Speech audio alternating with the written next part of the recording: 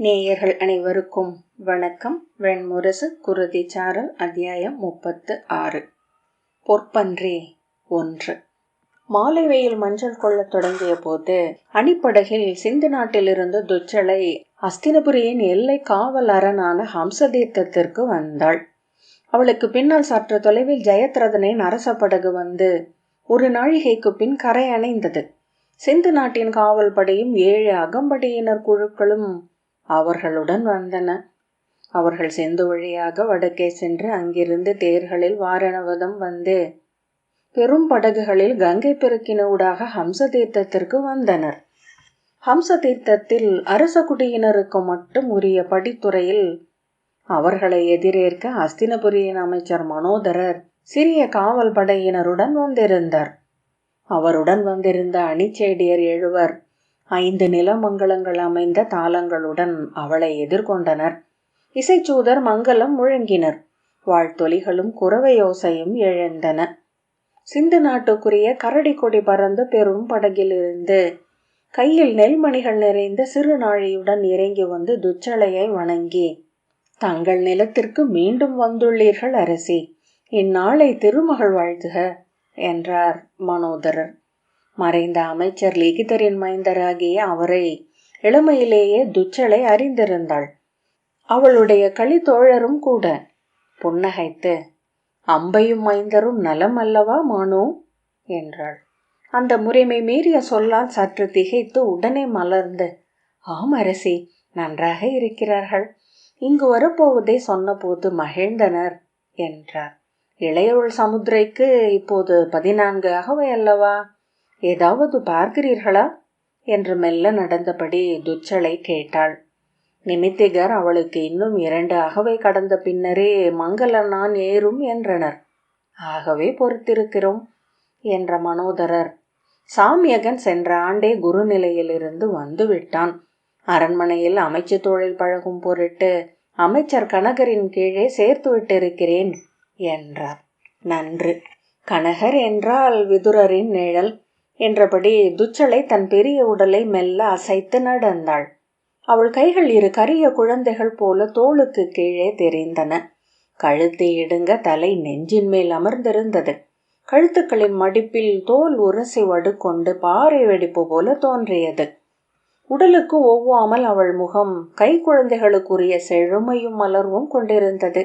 சிரிப்பொழியா விழிகளும் சிறிய பற்கள் கொண்ட வாயும் குவிந்த முகவாயும் அவளை நோக்கியவர்களின் முகங்களை அக்கணமே மலரச் செய்தன. அவளை வரவேற்க வந்திருந்த அணிச்சேடியரும் சூதரும் அவள் முகத்தையே நோக்கியபடி நின்றிருந்தனர். அப்பால் படகின் வடங்களை இழுத்த சூதர்களும் துலா மேடைகளில் நின்றிருந்த ஏவலரும் அவள் முகத்திலிருந்து விழி அகற்றவில்லை. நடைப்பலகையை கடந்து வந்து அஸ்தினபுரியின் மண்ணில் கால் வைத்ததும் நெறிநாழியை அருகே நின்றிருந்த சேடியிடம் அளித்துவிட்டு குனிந்து அஸ்தினபுரியின் மண்ணை தொட்டு நெற்றியிலும் வகிட்டிலும் இட்டாள். அன்னையே, தெய்வங்களே என வணங்கிய பின், தேர் வந்துள்ளதல்லவா என்றாள். ஆம், முடிந்தவரை படித்துறையின் அருகிலேயே வர வேண்டும் என்று ஆணையிட்டேன் என்றார் மனோதரர். அரசி நெடுந்தொலைவு நடக்கவியலாதே என்றேன் என்று சொல்லி உதடுகளுக்குள் புன்னகைத்தார். துச்சளை வாய்விட்டு நகைத்து, நான் இதே நிலத்தில் பலமுறை அங்குமிங்கும் ஓடியவள்தான். அங்கே சிந்து நாட்டில் வெளியே செல்வதே இல்லை. எப்போதும் அரசமர்தல். அரசருக்கு வேட்டையிலும் நதியில் விரைவு படகோட்டுவதிலும் மட்டுமே ஈடுபாடு. உடல் பருக்காமல் என்ன செய்யும்? மேலும் என் தந்தையும் தாயும் பேருடலர்கள். ஆம், அதைத்தானே நானும் சொன்னேன் என்றார். நீர் எதை எண்ணி சொல்வீர் என எனக்கு நன்றாகவே தெரியும் மானோ என்றாள் துச்சளை.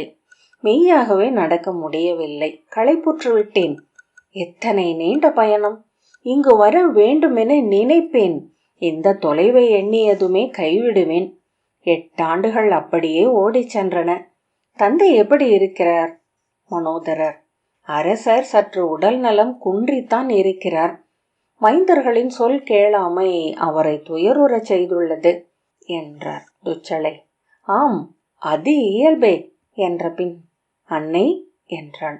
அவர்கள் எப்போதுமே நிலை பெயர்வதில்லை என்றார் மனோதரர்.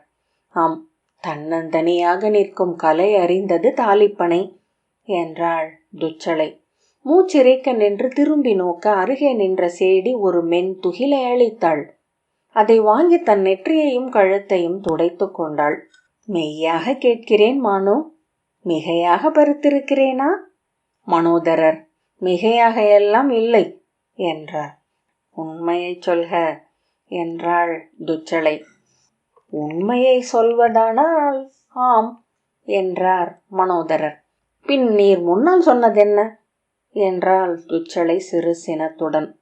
அதை நாங்கள் அவை உண்மை என்போம் என்றார் மனோதரர் புன்னகைத்தபடி. துச்சளை சிரித்து, அந்தனர் நாவுகள் மீன் செவில்கள் போல அவர்களை ஏந்தி செல்பவை அவை என்றாள். தேரை அணுகியதும் நின்று, என்ன வெயில், உச்சி பொழுது போல் காய்கிறது என்றாள். தேர் ஓடத் தொடங்கினால் காட்டு தென்றல் குளிராக இருக்கும் அரசி என்றார் மனோதரர். தேரில் ஏறி கொண்டதும் உடலை மெல்ல எளிதாக்கி சாய்ந்து கொண்ட துச்சளை அருகே அமர்ந்த சேடியிடம், நான் சற்று ஓய்வெடுக்கிறேன் சாரிகை என்றாள். மாளிகை மிக அருகில்தான் என்றார்கள் அரசி. கங்கை கரையில் நின்றாலே தெரியும் என்று காவலன் சொன்னான் என்றான். சரி, எனக்கு களைப்பாக இருக்கிறது என்றாள் துச்சளை. அவள் உடனே துயின்று மெல்லிய குரட்டையோசை எழுப்பத் தொடங்கினாள். எங்கு எப்போது அமர்ந்தாலும் துயிலும் வழக்கம் அவளுக்குண்டு என்பதை சாரிகை அறிந்திருந்தாள். துச்சளை இரவில் முழுமையாக துயில்வதில்லை. படுக்கையில் புரண்டும் அவ்வப்போது எழுந்து அமர்ந்தும் நீர் அருந்தியும் இரவை கழிப்பாள். துயில்கையில் அவளுடைய நீள் குரட்டை அறியாத விலங்கொன்றின் குரல் என ஒலிக்கும். அவள் காலடியில் சிறு மஞ்சத்தில் சாரிகை இரவுறங்குவாள். இரவெல்லாம் எழுந்து எழுந்து அவளுக்கு பணிவிடை செய்ய வேண்டி இருக்கும். ஆகவே பிற்பகலில் இன்னொரு சேடி ஏவல் செய்ய அவள் சென்று அடுமனை அருகே உள்ள சிற்றறையின் இருளில் துயின்று மாலையில்தான் எழுந்து வருவாள். துச்சளை நல்லுறக்கமா என்பாள். நீங்கள் ஏன் ஆழ்ந்துறங்குவதில்லை அரசி என்று சாரிகை ஒரு முறை கேட்டாள். தெரியவில்லை, உள்ளம் ஓய்ந்து துயில் எழுந்ததுமே நெஞ்சின் மேல் ஒரு யானை மிதித்து அழுத்துவது போல் உணர்வேன் என்றாள் துச்சளை. இச்சிக்கல் என் அன்னைக்கும் உள்ளது. அவர்களும் ஆழ்ந்துறங்குவதில்லை. பகலெல்லாம் சிறு துயில்களில் ஆழ்ந்து பொழுது நீக்குவார். மாளிகை முகப்பை அடைந்ததும் சாரிகை எழுப்புவதற்குள்ளாகவே துச்சளை விழித்து கொண்டாள். மாளிகையா என்ற பின், என் பேழையை கையிலேயே எடுத்துக்கொள்ளடி என்றபடி இருக்கையில் கையூன்றி உடலை உந்தி எழுந்தாள். தேர்தூணை பற்றியபடி நின்று ஆடையை இடையில் செருகிக் கொண்டு பெருமூச்சு விட்டாள். சென்று கொண்டே இருப்பது போல் இருக்கிறது. எவ்வளவு தொலைவு வந்துவிட்டோம் என்றாள். நாளை நாம் அரண்மனைக்கு சென்று விடுவோம் என்றாள் சாரிகை. ஆம், அங்கே முறையான அரச வரவேற்பில்லாமல் சைந்தவர் நகர் புக மாட்டார் என்றாள் துச்சளை. ஏனென்றால் இப்போது இவர்கள் அளிக்கும் வரவேற்பை காண அங்கே ஏராளமான சத்திரிய அரசர்கள் வந்திருக்கிறார்கள். அவர்கள் அறிய வேண்டும் அஸ்தினபுரிக்கு சைந்தவர் எவர் என. அதையொட்டியே நாளை நிகழும் போரில் படை முதன்மையும் போருக்கு பின் அவை முதன்மையும் அமையும் என்ற துச்சளை, பெண்களின் ஆணவம் சிறுமதியால் எழுவது, ஆண்களின் ஆணவம் பெரும் போக்கால் எழுவது. முந்தையதை விட பிந்தையது மேலும் கெடுமணம் கொண்டது என்றாள். சாரிகை புன்னகைத்து, மெல்ல அரசி என்றாள். தேருக்கு கீழே மரத்தாலான படி அமைக்கப்பட்டது. துச்சளை அதில் மெல்ல காலெடுத்து வைத்து இறங்கி நின்று மாளிகையை நோக்கினாள். காவலர் தலைவன், ஹம்சதீர்த்தத்தின் காவல் மாளிகைக்கு நல்வரவு அரசி என்றான். இது புதியதா என்ன என்றாள். காவலர் தலைவன் தலை வணங்கி, ஆம் அரசி, இதை அமைத்து 7 ஆண்டுகளே ஆகின்றன. இந்த காவலரன் அதற்கு ஓராண்டுக்கு முன் அமைக்கப்பட்டது. இதே போன்று எல்லை முழுக்க 400 காவலரன்களும் மாளிகைகளும் உள்ளன என்றான். மாளிகைக்குள் இருந்து 3 அணிச்சேடியர் மங்கள தாளங்களுடன் வந்து அரசியை எதிரேற்றனர். அவள் தாளச் சுடரை தொற்று விழியொற்றி வணங்கி, இங்கே சேடியர் உள்ளனரா என்றாள்.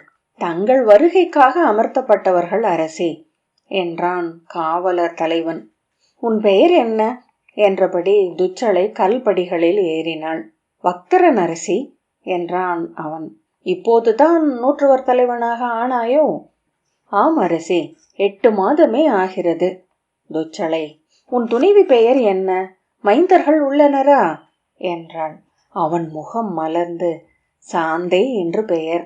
நான் கிருஷ்ணே என அழைப்பது. ஒரு மைந்தன், ஓராண்டு அகவையன், சொதன் என்று அழைக்கிறேன் என்றான். அவள் கை நீட்ட சாரிகை ஒரு பேழையிலிருந்து ஒரு பொன் நாணயத்தை எடுத்து அழைத்தாள். அவள் அதை வக்தரனிடம் அளித்து, இதை கொண்டு அவனுக்கு ஒரு சிறு கணையாழி செய்து கொள்க. நான் வாழ்த்தியதாக அவன் அன்னையிடம் கூறுக. வக்தரன் அதை வாங்கி கண்களிலும் தலையிலும் வைத்து கொண்டு, என் மைந்தன் நற்பேறு கொண்டவன் என்று நிமித்திகர் சொன்னார்கள். இப்போது அறிகிறேன் அரசி என்றான். நலம் சூழ்க என்று வாழ்த்துவிட்டு பெருமூச்சுடன் கூடத்தில் நின்று இடையில் கை வைத்து, பெரிய கூடம், மறு எல்லையை அடையவே நீள் தொலைவு செல்ல வேண்டும் போல் உள்ளது என்றான். வருக அரசி என்று சேடி ஒருத்தி வணங்கி அவளை உள்ளே அழைத்து சென்றாள். அவள் திரும்பி வக்தரனிடம், சைந்தவர் கரை இறங்கி இந்த மாளிகைக்குத்தான் வருவாரா என்றாள். இல்லை அரசி, அவர் இந்த மாளிகைக்கு அப்பால் இருக்கும் சற்று பெரிய மாளிகைக்கு செல்வார். காலையில் கிளம்புகையில்தான் அனைவரும் ஒன்றாக நகர்புகவிருக்கிறீர்கள் என்றான். நன்று. அவர் அரண்மனை அமைந்ததும் மனோதரரை நான் காண விழைவதாக அவரிடம் சொல் என்றாள். உடலை அசைத்தபடி நடந்து கூடத்தின் மறு எல்லையை அடைந்து இடையில் கையோன்றி நின்று, என்னடி இது, நடக்க நடக்க வந்து கொண்டே இருக்கிறது என்றாள். இன்னும் சற்று தொலைவுதான், இந்த அறை மட்டுமே பெரிது அரசி என்றாள் சேடி. மேலும் நடந்து மூச்சு வாங்க சுவர் மடிப்பை பற்றி கொண்டு நின்றாள். நான் நீராட வேண்டுமடி, வியர்வையில் நனைந்துள்ளது உடல் என்றாள். சாரிகை, இங்கே சிறிய நீராட்டறை உள்ளது அரசி என்றாள். நீராடி தூக்குக்கட்டலில் போடப்பட்ட மெத்தை மேல் பெரிய தலையணைகளில் உடல் சாய்த்து துச்சளை படுத்திருந்தாள். சாரிகை துயில் கொள்ள போயிருந்தாள். இன்னொரு சேடியான சூரியை அவளை மெல்ல ஆட்டி கொண்டிருந்தாள். துச்சளையின் குரட்டை ஓங்கி சென்று முட்டி நின்றது. அவள் உடல் ஒரு முறை உலுக்கி கொண்டது. விழித்து எழுந்து சிவந்த விழிகளால் நோக்கி, என்னடி என்றாள். ஒன்றுமில்லை அரசி என்றாள் சூரியை. மீண்டும் துச்சளையின் விழிகள் மூடிக்கொண்டன. குரட்டை ஓசை எழத் தொடங்கியது. காவலன் வந்து அமைச்சரின் வருகையை அறிவித்தான். சூரியை, அரசி, சிறு ஒலிக்கும் துச்சளை எழுந்து விடுவாள். என்னடி என்றாள். அமைச்சர் வருகிறார் அரசி என்றாள். நன்று என்று சொல்லி காவலனிடம் அவரை வர சொல்க என்று சொல்லி புன்னகைத்த பின் சூரியையிடம் கை நீட்டினாள். அவள் நீட்டிய மர யானத்தில் இருந்த நீரில் முகத்தை கழுவி மர உரியில் துடைத்து கொண்டாள். மனோதரர் விரைந்த காலடிகளுடன் வந்து வணங்கி, சற்று பிந்திவிட்டேன் அரசி. அமர்க அமைச்சரே, அமர்க அமைச்சரே என்றாள் துச்சளை. மனோதரர் அமர்ந்து கொண்டு, அரசருக்குரிய அனைத்தையும் ஏற்றுவிட்டு கிளம்பினேன். நாளை முதல் இருளிலேயே இங்கிருந்து கிளம்புகிறோம். புலரியில் நகர் நுழைவு. அங்கே கோட்டை முகப்பிலேயே துச்சாதனர் உடன் பிறந்தாருடன் வந்து வரவேற்பார். பட்டத்தை யானையும் புறவியும் வர வேண்டும் என்று ஆணையிடப்பட்டுள்ளது என்றார். துச்சளை, நன்று. அங்கே என்ன நிகழ்கிறது? நான் ஒற்றர்களிடமிருந்து அறிந்திருக்கிறேன். உங்கள் மதிப்பீட்டை கேட்க விழைகிறேன்.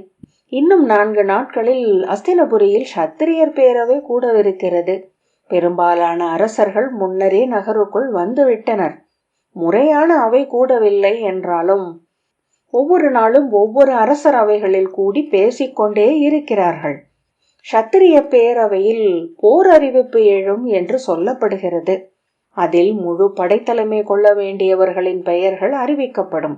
பீஷ்ம பிதாமகர், துரோணர், கிருபர், சல்யர், சைந்தவர், அஸ்வத்தாமர் ஆகியோர் முன்னிறுத்தப்படுவார்கள் என்கிறார்கள். அங்கர் என்றாள் துச்சளை. அவரை இப்போது முன்னிறுத்த இயலாது. அதை பீஷ்மர் விரும்பவில்லை. அத்துடன் அவருக்கு கீழே அணி திரள சத்திரியர் ஒப்ப மாட்டார்கள் என்றார் மனோதரர். அத்துடன் அவருடைய உடல்நிலையும் உளநிலையும் உகந்ததாகவும் இல்லை. சென்ற 14 ஆண்டுகளாக அவர் மதுவிலேயே வாழ்கிறார். வில்லை கைத்தொட்டே நெடு நாட்களாகின்றன என்கிறார்கள். விராடபுரியை வெல்லும் பொருட்டு படை கொண்டு சென்ற போது அவருடைய அம்புகளில் பல குறி தவறியதை படை வீரர்கள் இளிவரருடன் பேசிக் கொண்டிருக்கிறார்கள்.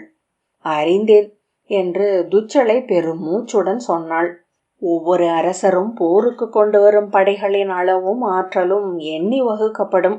அவை குறிக்கப்பட்டு பொது நீட்டு அனைவருக்கும் எழுதி அளிக்கப்பட்டு முத்திரை சாத்து பெறப்படும். ஏனென்றால் போருக்கு பின் அதன் அடிப்படையிலேயே நிலமும் கப்பமும் பகிர்ந்து கொள்ளப்பட வேண்டும் என்றார் மனோதரர். அவையில் போருக்குரிய அனைத்து அடிப்படைகளும் பேசி முடிக்கப்படும். போர் முறையாக அறிவிக்கப்பட்டு செம்முரசு கொட்டப்பட்டு விட்டதென்றால் போர் தொடங்கிவிட்டதென்றே பொருள். வெற்றியோ தோல்வியோ உடன்பாடோ இல்லாமல் பின்னர் அதை நிறுத்த முடியாது. ஆகவேதான் உடனே போரை அறிவித்தாக வேண்டும் என சைந்தவர் துடிக்கிறார். சிந்து நாடு நிலமில்லாமல் சேற்றுக்குள் சிக்கிய யானை போல் இருக்கிறது என எண்ணுகிறார். சைந்தவ படைகளை நன்கு பழக்கிவிட்டார் என நம்புகிறார். போர் தீட்டப்பட்ட பின் வாழ் நெடுங்காலம் காத்திருக்க இயலாது என்று அடிக்கடி சொல்கிறார் என்றாள் துச்சளை. அவ்வாறு ஒவ்வொருவருக்கும் கணக்குகள் உள்ளன. கூர்ஜரரும் மாளவரும் சைந்தவரும் யாதவர்களின் நிலங்களில் பெரும் பகுதியை தாங்கள் கொள்ள வேண்டும் என கணக்கிடுகிறார்கள். கணக்குகள் இல்லாதவர்களே இல்லை அரசே என மனோதரர் சொன்னார். சேதி நாடு மச்சர் நிலங்களை நோக்குகிறது. பால்கீகர்கள் பானாசுரரின் ஆசுரம் முழுக்கவே தங்களுக்கென எண்ணுகிறார்கள். திரிகர்த்தர்கள் பாஞ்சாலத்தை எண்ணமிட அஸ்வத்தாமர் பாஞ்சாலத்தின் ஒருங்கிணைந்த அரசராக ஆவதே துரோணரின் இலக்காக உள்ளது. போருக்கு பின் மீண்டும் ஒரு போர் நிகழ்ந்தாலும் வியப்பதற்கில்லை. துச்சளை புன்னகைத்து, போருக்கு பின் போரிட இவர்கள் எவரும் இருக்க போவதில்லை. மனோதரர், அரசி, சூதர்களின் சொல்லை நம்ப வேண்டியதில்லை. இன்றிருக்கும் படை கூட்டு போல ஒன்று இதற்கு முன் பாரத வருஷத்தில் அமைந்ததே இல்லை. இதை வெல்ல எவராலும் இயலாது. உண்மையில் இன்றைய இடர்பாடே அத்தனை அரசர்களும் இப்பக்கம் வந்துவிட்டனர் என்பதும் வென்ற பின் அவர்கள் பங்கிட்டுக் கொள்ள போதிய நிலம் இல்லை என்பதும் தான் என்றார். துச்சளை, இதற்கு முன் இளைய யாதவரை போன்ற ஒருவர் எழுந்ததில்லை. மனோதரர், நான் இதை விந்தையுடன் பார்க்கிறேன். எந்த பெண்ணும் இளைய யாதவரை வெல்ல முடியும் என்பதை நம்புவதில்லை. ஏனென்றால் அவர்கள் அவரை அணுகி அறிவார்கள் என்றாள் துச்சளை. அவர் இங்கு வருகிறார் என்றார்கள். மனோதரர், சென்ற முறை வந்த போதே இங்கு பேரவையில் அரசர் முற்று அறிவித்து விட்டார். ஒரு பிடி மண்ணோ ஒரு கழைஞ்சு பொன்னோ அளிக்கப்பட மாட்டாது என. அவர் மீண்டும் ஒரு கோரிக்கையுடன் வருவதாக தெரிகிறது. சற்று குறைவாக அளிக்க இயலுமா என்று கோரவிருக்கிறார் என்கிறார்கள். அரசர் அளிக்க வாய்ப்பே இல்லை என்றார். ஆனால் அவருக்கான கணக்குகள் உள்ளன. வேத நெறியை பேணுபவர்கள் என படைக்கலம் தூக்கி இருக்கும் சத்திரியர் குலநெறியையும் சொல் நெறியையும் மீறிய ஒருவரை எப்படி தலைமையென ஏற்கிறார்கள் என சத்திரிய அவையில் எழுந்து கேட்கும் பொருட்டே வருகிறார். அவர்களை அது இக்கட்டுக்குள்ளாக்கும் என்றும் அதை அஞ்சி அரசர் நிலமும் செல்வமும் அளிக்க ஒப்பக்கூடும் என்றும் அவர் கணக்கிடுகிறார்.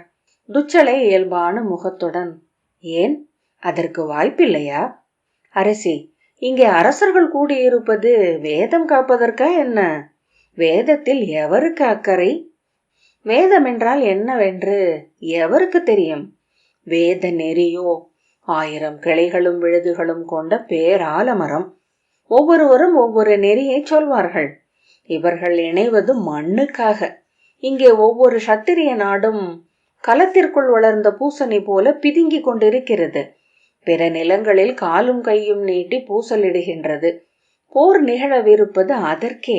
இது போரே அல்ல, ஒரு மாபெரும் கூட்டு வேட்டை என்றார் மனோதரர். இன்று சத்திரியர்கள் வென்று விரிய வேண்டிய நிலத்தின் மக்களான அசுரரும் நிஷாதரும் கிராதரும் முன்பு போல படை கண்டாலே அஞ்சி ஓடுபவர்கள் அல்ல. அவர்களும் மெல்ல மெல்ல நாடுகளாக திரண்டிருக்கிறார்கள். நேர்வழியும் நிலவழியுமான வணிக பாதைகள் அவர்கள் அனைவரையும் இணைக்கின்றன.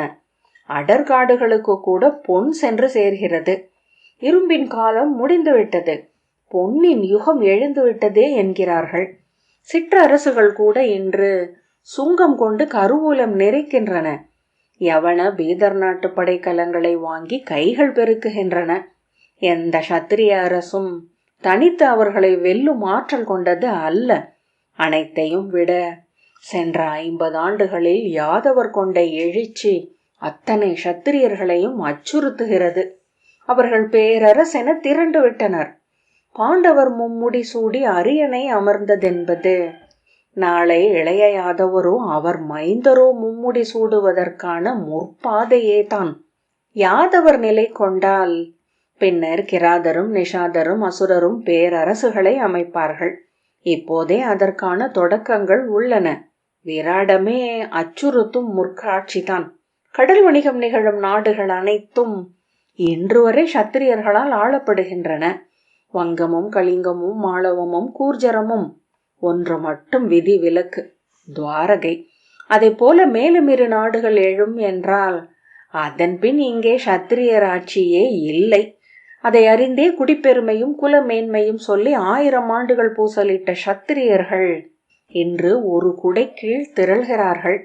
அவர்கள் திரள்வது நிலத்துக்காகவே என அவர்களிடமிருந்தே மறைக்கவே வேத நெறி என்று பேசுகிறார்கள் என்றார் மனோதரர். துச்சளை புன்னகைத்து, ஒருவேளை அதை அவர்களுக்கே தெளிவுற காட்டும் பொருட்டுத்தான் வருகிறாரா என்ன? அரசி, வேதம் அவர்களுக்கு ஒரு பொருட்டல்ல என்று ஏன் சொல்கிறேன் என்றால், சின்னாட்களுக்கு முன் நம் அரசர் தன்னை தன் தெய்வமாகிய கலிதேவனுக்கு முற்றளிப்பதாக அவையில் அறிவித்தார். கலிதேவன் வேத மறுப்பு மரபிலிருந்து எழுந்த தெய்வம் என்று அறியாத எவரும் இல்லை. அன்று அவை முடிந்து எழுந்தபோது அமைச்சர் அனைவரும் கூடி அதை குறித்தே பேசிக்கொண்டார்கள். வேதம் முதல் கொண்ட சத்திரியர் நம் அரசரை தலைவர் என ஏற்க மாட்டார்கள் என்று கனகர் சொன்னார். நான் அவ்வாறு எண்ணவில்லை. சத்திரியர்களுக்கு வேறு வழி இல்லை என்றேன். பீஷ்மரும் கிருபரும் துரோணரும் நம் பக்கம் இருக்கையில் நம்மை முன்னிறுத்தியே அவர்கள் படை திரள முடியும். அசுரர்களையும் நிஷாதர்களையும் கிராதர்களையும் வெல்ல முடியும் என்றேன். கனகர் அவர்கள் ஏற்பார்கள் என எப்படி சொல்கிறாய் என என்னை நோக்கி எகிரினார். பிதாமகர் பீஷ்மர் ஏற்றார் அல்லவா, அதனால் என்றேன். அப்போதுதான் அச்சொல்லை எண்ணி அவர்கள் திகைத்தனர். ஆம், துரோணரும் மாற்றுரைக்கவில்லை என்றார் கனகர். அவ்வாறே சத்திரியர் எவரும் மறுப்புரைக்கவில்லை. அதை அறியாதவர் போல் இருக்கிறார்கள் என்று மனோதரர் சொன்னார். துச்சளை, மூத்தவர் அதை செய்துவிட்டாரா? மனோதரர், இல்லை அரசி. அவர் நாளை மறுநாள் கலிங்க பூசகர் நெறி காட்ட மேற்கு காட்டில் கலியின் ஆலயத்தில் முற்றளிப்பு சடங்கு செய்ய போவதாக சொல்கிறார்கள். ஆனால் அது அரண்மனையில் அமைச்சர் நடுவே மந்தன சொல்லாகவே புழங்குகிறது. கலிங்க பூசகர் வந்துள்ளது உண்மை. முறையான அறிவிப்பேதும் இல்லை. அச்சடங்கு நிகழ்ந்த பின்னரே அது வெளியிடப்படும் என எண்ணுகிறேன் என்றார். துச்சளை பெருமூச்சு விட்டு, தந்தையால் அதை ஒப்ப முடியாது. அவர் நோயுற்றிருப்பதே அதனால்தான் என்கிறார்கள் என்றார் மனோதரர். அனைவரும் சொல்லி அறிந்த கதை. தன் மைந்தர் பிறந்த போதே அது கலியின் குழவே என அவருக்கு சொல்லப்பட்டது. தொப்புள் சரடை வெட்டியதுமே கொண்டு சென்று ஓநாய்களுக்கு உணவாக காட்டில் வீசிவிடும்படி நிமித்திகர் சொன்னார்கள். பேரரசர் குழவியை அள்ளி தன் தலைமேல் வைத்து கண்ணீருடன், தன்னை போலவே வெறுக்கப்பட்டது அக்குழவி. ஆகவே தான் இருக்கும் வரை அக்குழவி தன் தலைமேலேதான் இருக்கும் என அறிவித்தார். இத்தனை ஆண்டுகள் தன் மைந்தர் கலிதேவனுக்குரியவர் அல்ல என்று நம்பவும் நிறுவவுமே அவர் முயன்றார். தன் மைந்தர் தன்னை போன்றவர் என்று எண்ணி எண்ணி தன் உள்ளத்தில் நிறுவிக்கொண்டார் என்று இதோ அவர் காண மைந்தர் தந்தையை முற்றுதறி கலியை சென்றடைகிறார். அது ஊழென்றால் எவரால் தடுக்க முடியும்? மானுடர் தெய்வங்களின் களிப்பாவைகள் என்றாள் துச்சளை மெல்ல எழுந்தபடி. நன்று மானு, நான் ஓய்வெடுக்கிறேன். நாளை சென்றதுமே தந்தையைத்தான் காண விழைகிறேன் என்றாள். நலம் சூழ்க அரசி என எழுந்த மனோதரர் தலை வணங்கினார். குருதிச்சாரல் 36வது அத்தியாயம் இத்துடன் நிறைவு பெற்றது. நன்றி.